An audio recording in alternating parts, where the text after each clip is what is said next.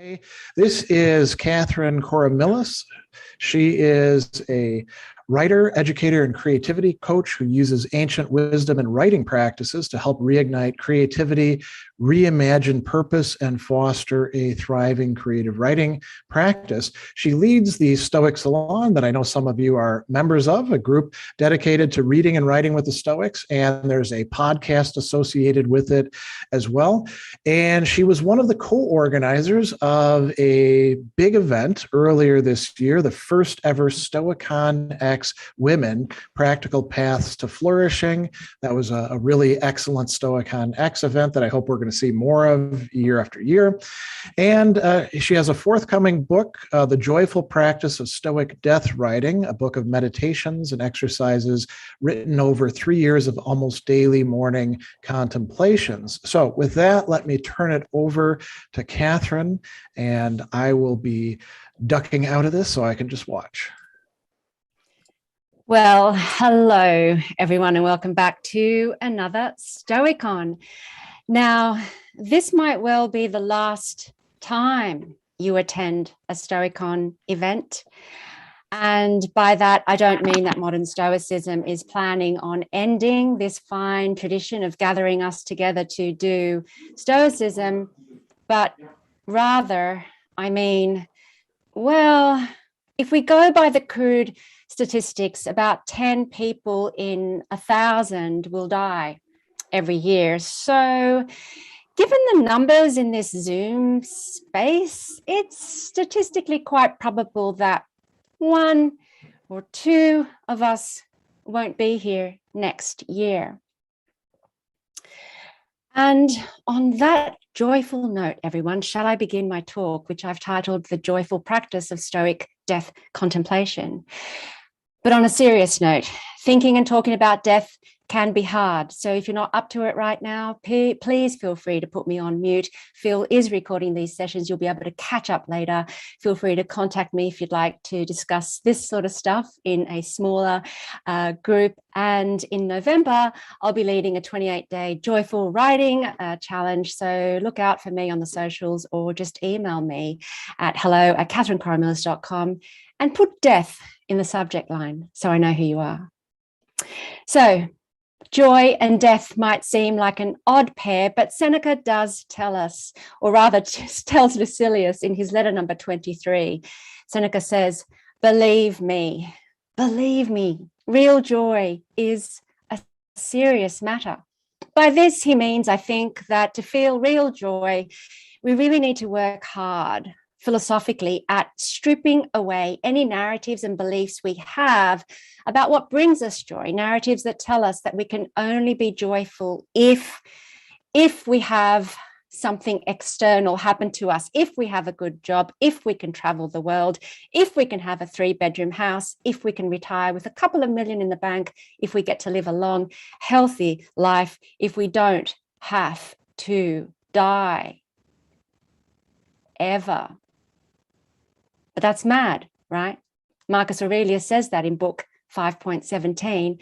Wishing you didn't have to die is madness. It's also a kind of ignorance. It's your mind not thinking clearly about human nature. So how do we think clearly about life and death? Marcus Aurelius, of course, has the answer. Philosophy, philosophical training. This means stripping away our crazy, weird, and false beliefs about things or about how things ought to be to make us happy. Learning how to face reality and our inevitable deaths, everyone, and even willing that reality be what we would choose anyway. The feeling that accompanies this level of breakthrough is joy. It's joy at being alive, being able to make sound judgments about things and not messing up the stories in your head. It's joy with yourself because you can live well with others, or at least find a way to work things out. Bill Irvin calls this objectless enjoyment. We get there through training our minds to make considered judgments. Marcus Aurelius tells us to worship our minds, but this isn't an intellectual mind-only exercise. It's an exercise of the entire soul, and I don't mean that in any religious way, the entire psyche. Pierre Hadot in philosophy as a way of life, wrote about ancient philosophical training as training for an entire psychical transformation from being trivial and self-centered and human-centered and me, to being enlarged and contemplative with a broad universal perspective of yourself as part of nature as a whole. And getting our thoughts right about death is key. So let's get to work.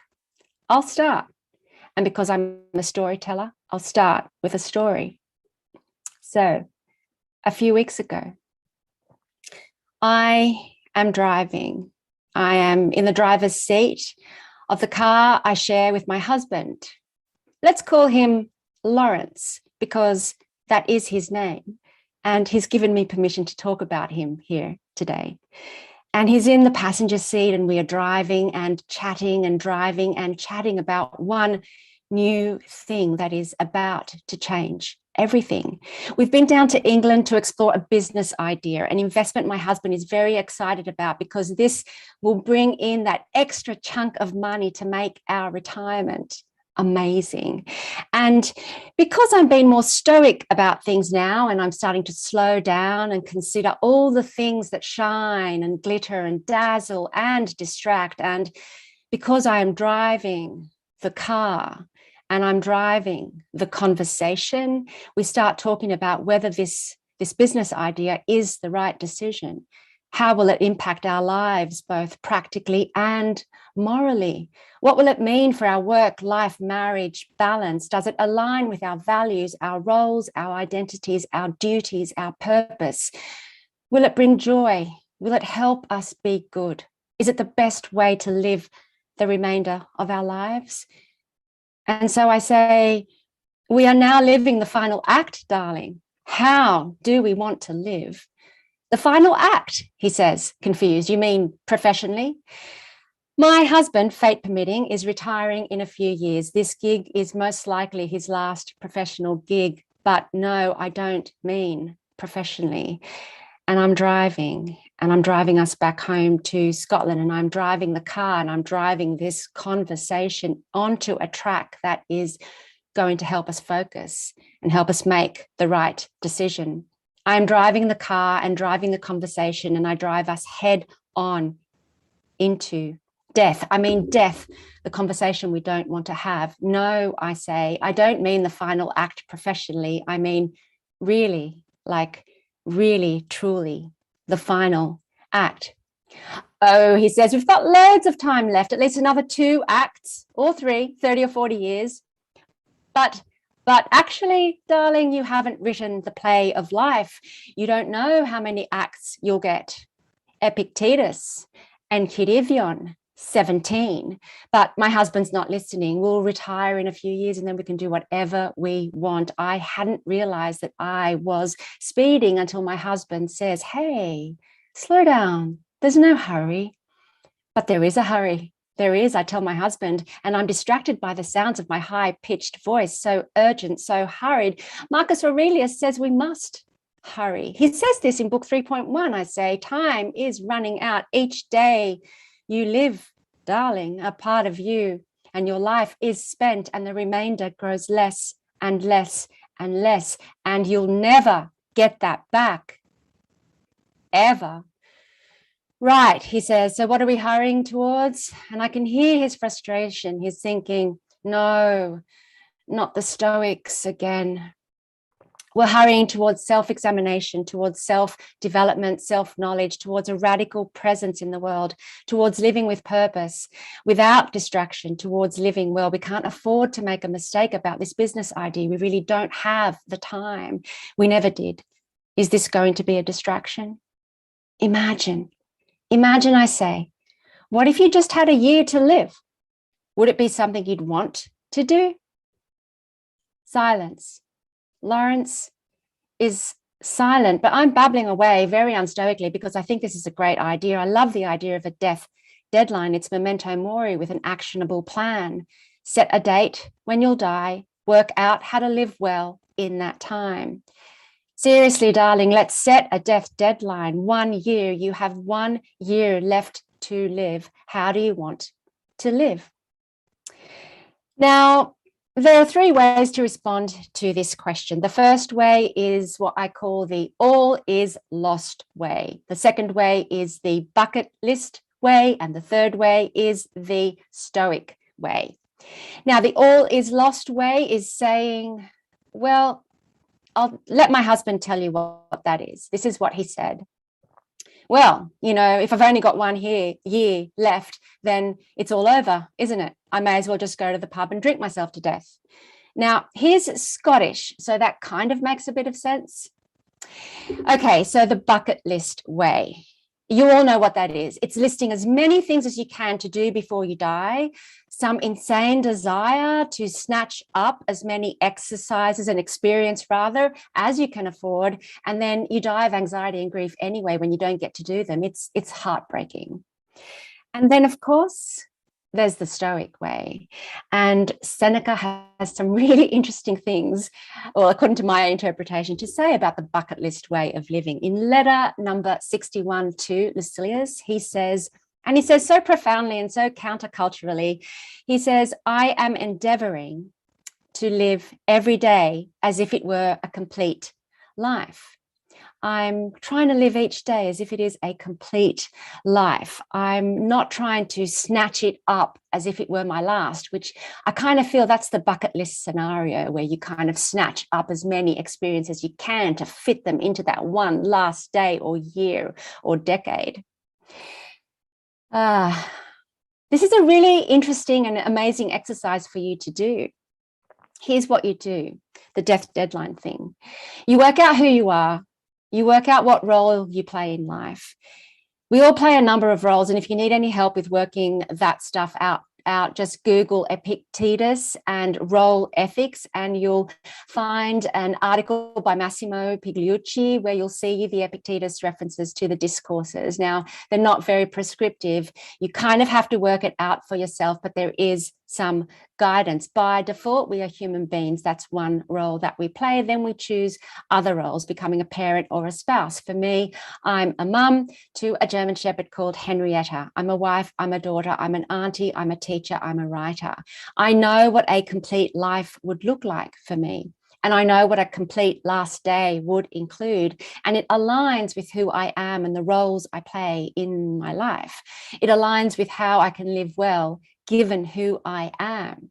So here it is. Here's my last day, my complete day. I'd like to brush my dog's hair and be with her. That's been a good dog parent. I'd like to pay attention and play. I'd like to have a laugh with Lawrence, enjoy some companionship, a considered discussion. I'd like to hear my mum's voice and know my dad is in the background on the speakerphone. My dad's always in the background on the speakerphone. I'd like to share some news with my nephew and niece, my brother and his wife. And because I work with people as a teacher, coach, facilitator, I'd like to share a space of curiosity and learning. And because I'm a writer, I'd like to read something lovely and write a few good sentences. And then I like to have a dance party. In letter 12 to Lucilius, Seneca actually brings up this guy called Vesuvius who used to have a massive party every night, but it would be this big, awful, gluttonous party, lots of food and lots of drink. And by the end of the night, he'd get his slaves to carry him up to bed singing, "He has lived his life. He has lived his life." Now, Seneca thinks that's really crude and vulgar, but he likes the sentiment in theory. Live a complete life and go to bed with joy and say, I have lived my life. The course that fortune has laid for me is finished. Try it. Let me know how you go. Back to my husband and me in the car. I'm driving and he's saying he'll spend the year before his death in a Scottish pub because, well, he's Scottish and for him it's all over. But the thing is, darling, I say, it is all over. It always has been. As soon as you were born, it's over. The Stoics tell you this over and over again. If only you'd listen. Here it is in Meditations, book 7, point 56. You're dead. Now live. Darling, you've only got about 1,000 weeks left. A little more, a little less, it's all the same, says Marcus Aurelius. We have to talk about death. I don't think Epictetus ever said that you should shout when you're trying to drive home a philosophical point. But did I tell you I'm a work in progress? There is silence in the car, long silence, frowns, muttering in the car. And then I remember something. I look at my husband, but I also keep my eyes on the road too. Thank you very much. And I start contemplating his personal death, his personal imminent death. Look, I'm not about to drive us off the freeway. I'm doing a Stoic death contemplation. Epictetus tells us to do this, and he explains precisely how. He says, remind yourself that what you love, who you love, is mortal. And at the very moment when you are taking joy in them, think about their death. Or in my case, I can hear Epictetus saying, Kathyrn, at the very moment you're going to say something that will cause harm and which you'll regret, say this: tomorrow you will die. And Epictetus, of course, controversially says to do this even to your children, but please, oh, please don't say that out loud to your children or even to your husband.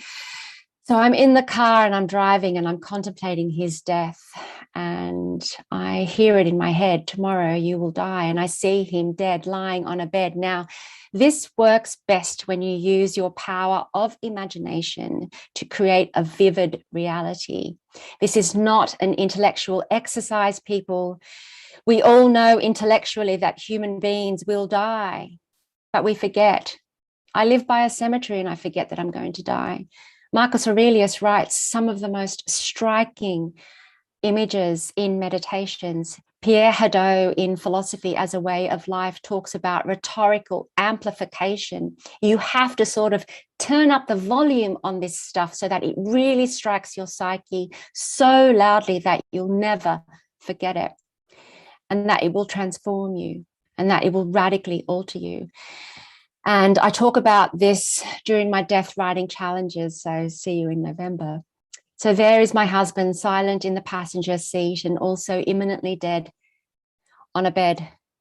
White sheets, beautiful sunlight on his beautiful face, but dead. He's very dead. I don't think about losing him. I think about his return to the universe, to nature. This is how the Stoics think about it. Notice how I'm always correcting my death narrative, working with the Stoic text to go back and forth over my own stories about death and rewriting and reframing and reformulating them in a real, rational way. That reframing helps. There he is, dead, not lost, returned. But he's really cute. He's very cute. He's lived a good life. He's made me laugh. I'll miss that. I can have more of that right now if I just focus. And that's it, everyone.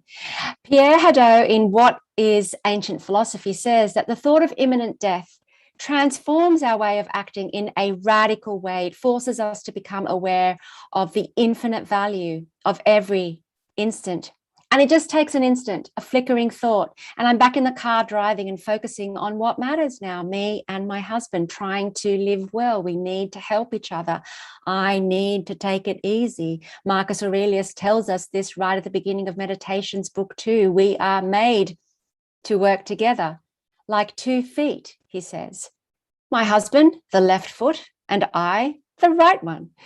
And we're meant to work together. Frustration and righteousness are a roadblock. So I drive carefully around the block and I find another way to talk about this. And at the end, there's a bit of joy, and we've worked it out, and that we are alive together in this car driving back home. That is the power, everyone, of a bit of Stoic death contemplation. Now, it doesn't matter if others aren't on board with it. It only matters if you are. If it helps you pay attention, if it helps you become better, focused, feel joy, then do it.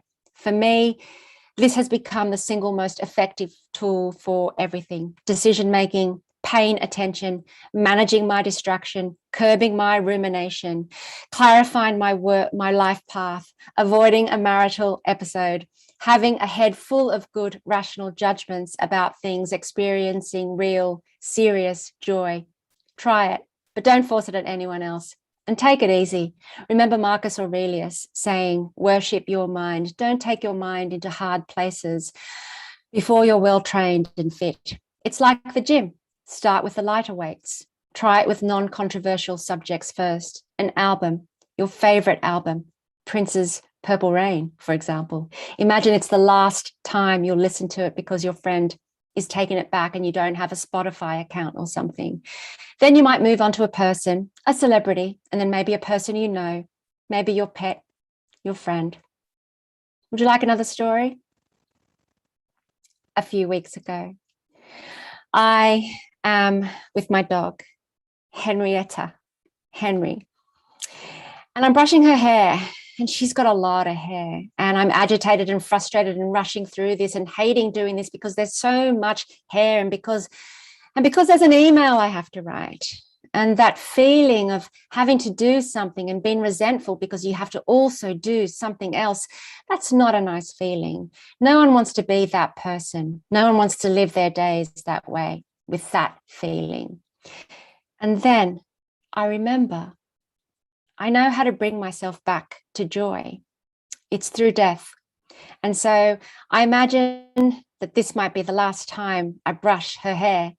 And I say to her out loud this time, because you can do that with pets, but don't do it with humans. I say, darling, Henry, you will die tomorrow. And that's all I need. And in an instant, I'm radically altered. Everything else can wait, everything. And I focus on her and her beautiful hair and the gentle movement of the brush in my loving, compassionate hand.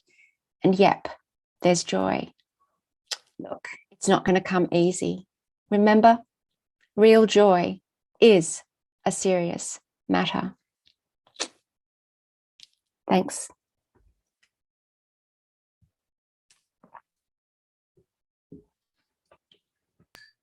All right, what an excellent presentation. Some people have been writing in the chat about, storytelling.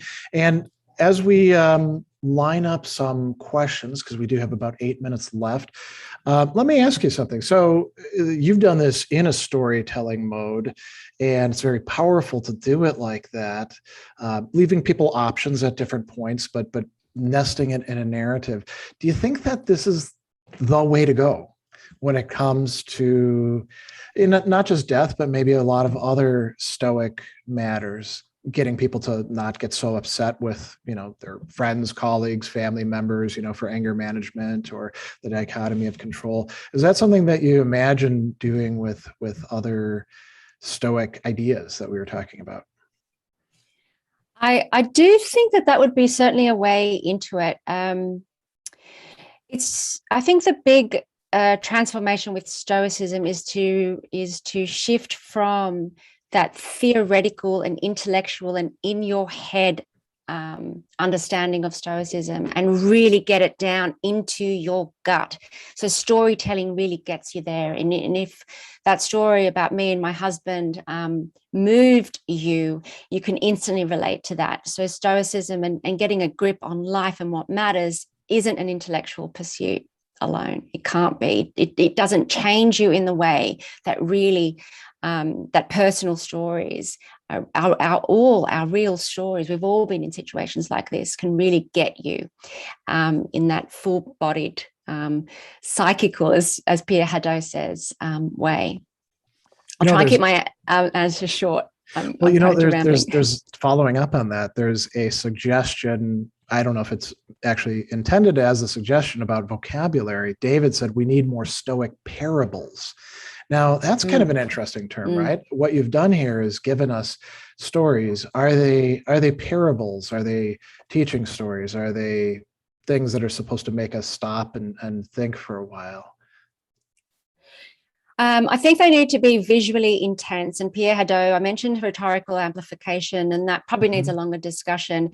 But you have to make the story yours. And I don't mean changing the subject. I don't mean putting words in Epictetus's mouth, but somehow getting the words that will strike your psyche. And this is what Marcus Aurelius does in Meditations. He is just constantly writing and rewriting and re-expressing and reformulating. And I get this from, if you read Gregory Hayes's translation, his introduction explains this, and Pierre Hadot does also. He's rewriting and reformulating the Stoic teachings in a way that will really, really strike him loud and clear, so that he can ingest it and memorize it. And so that when he gets out into the world, it's sort of already there as a new default system. So be it parables, be it songs, be it lyrics, anything that strikes you, that's the way to go. And vocabulary is really important. Some of the vocabulary in the meditations, and depending on your translation, are distasteful for some people. So, for example, for me, I'll just talk about myself. Words that suggest religion, I kind of recoil from that. So that's not going to teach me anything. So I need to replace those terms with terms that are meaningful for me, so that I can hold on to that teaching and keep it for myself. So yeah, vocabulary is important. Yeah. So here's an interesting one that's not a question, but I think could be turned into one from Daniel McKay. Seneca says Plato was better served by seeing Socrates live well than by hearing his teaching. So with this, how to manage death well, seeing people doing it rather than just hearing them doing it, is that an important aspect? Can you help other people by handling your own death well? Absolutely. And I think, I don't know if there must, so the end of life planning and death, talking about death is becoming a real big thing. People are really wanting to talk about death, preparing for death, sort of cleaning up houses so that the children don't have to do it. So yeah, living well and being able to talk about it and preparing for your death in that way is really important. But of course, the Stoics aren't prescriptive in any way. So you have to do death your own way, depending on who you are and what is important to you. If it means, writing really loud and angry poetry, then do it. You've got to do it your way. But yeah, being with people and talking about it. Yeah, so seeing people and talking about it. Absolutely. I'm not sure if I quite got there in the end in answering that question, but well, here's a tough one, and we've got 3 minutes left, so I'm just going to throw this in your lap and see what you do with it. Okay. I wonder, this is coming from SDRs, I wonder what happens in a really long-term relationship when the two people have grown together, cultivated and improved each other to the point the best of themselves is really brought out by the relationship, entangled almost to the point that the other is less an external, but part of a whole made by the two. What happens when one of them dies? Would it be a valid "the house is on fire" situation? Just really quickly, what does "the house is on fire" mean? That just the whole thing, so both you and they die in some way. Catastrophe. Yeah. Look, that's certainly going to be a very human response, obviously. I think what this, and obviously there are so many other experts in the room when it comes to Stoicism, and so please correct me in the chat box if I get this wrong. But I think it's all about practice, practice, practice. Be gentle, gentle, gentle. Our relationships are so sacred and so beautiful and so important.